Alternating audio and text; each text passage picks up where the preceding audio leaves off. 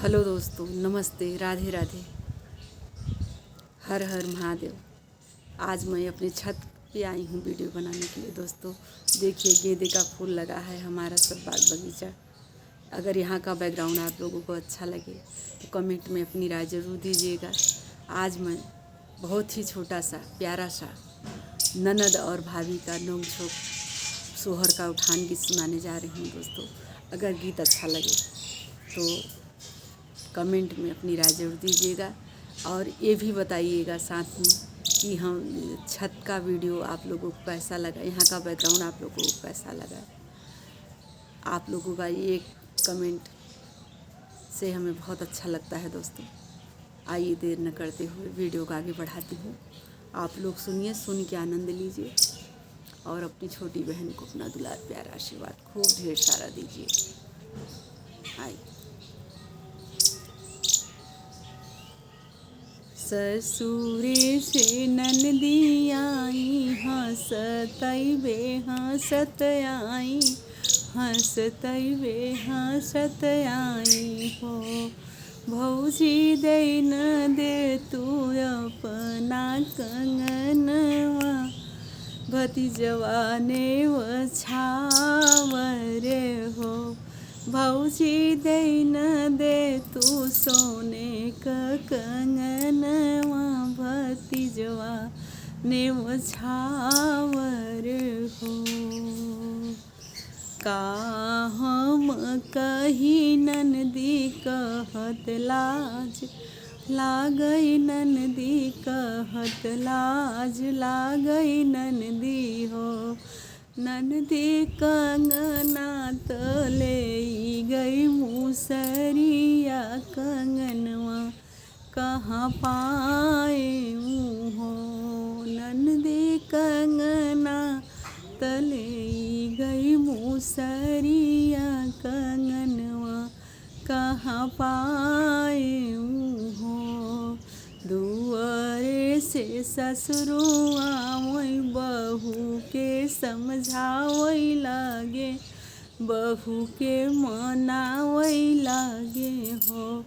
बहुआ दे न दे तू सोने का कंगनवा, बिटियवा ससुरई तीनी हो। बहुआ दे न दे तू सोने के कंगनवा, बिटियवा ससुरई तीनी हो। ससुरु तोहार माछ तोहरे दामाद के माछ, अपने ननदोई के माछ, लड़िकन के फूफा के माछ हो।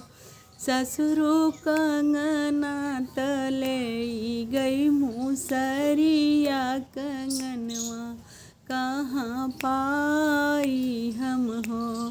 ससुरु कंगना तले गई मूसरिया, कंगनवा कहाँ पाई हम हो। दुआरे से जेठवा आए, भयहू के समझावई लागे, बहुत मनावई लागे हो। छोटी दे न दे तू सोने का कंगनवा, बहिनिया ससुरई तीनी हो। छोटी दे न दे तू सोने के कंगनवा, बहिनिया ससुरई तीनी हो। जेठवा तोहार माछ तोहरे, जेठवा तोहार माछ तोहरे बहनोई के माछ, हमरे ननदोई के माछ, लड़िकन के फूफा के माछ हो। जेठवा कंगना तले गई मूसरिया, कंगनवा कहाँ पाई हम हो। जेठवा कंगना तले गई मुसरिया कंगनवा कहाँ पाई हम हो। दुआरे से देवराया आए भाभी के बोलावई लागे, भाभी समझावई लागे हो। भाभी दे न दे तू सोने का कंगनवा, बहिनिया ससुरई तीनी हो। देवरा तोहार माछु तोहरे, बहनोई के माछु लड़ी हमरे, ननदोई के माछु लड़ी, कन के फूफा के माछु हो।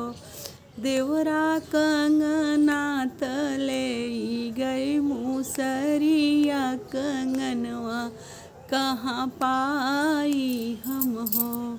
देवरा कंगना तले गई मुसरिया कंगनवा कहाँ पाई हम हो।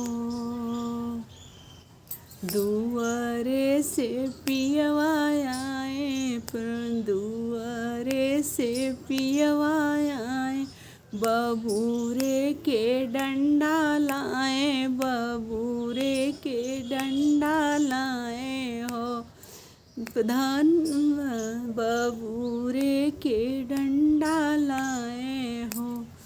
बहिने धमरी धमरी धमकावई लागे, कंगना निकाल के फेंक दीही हो।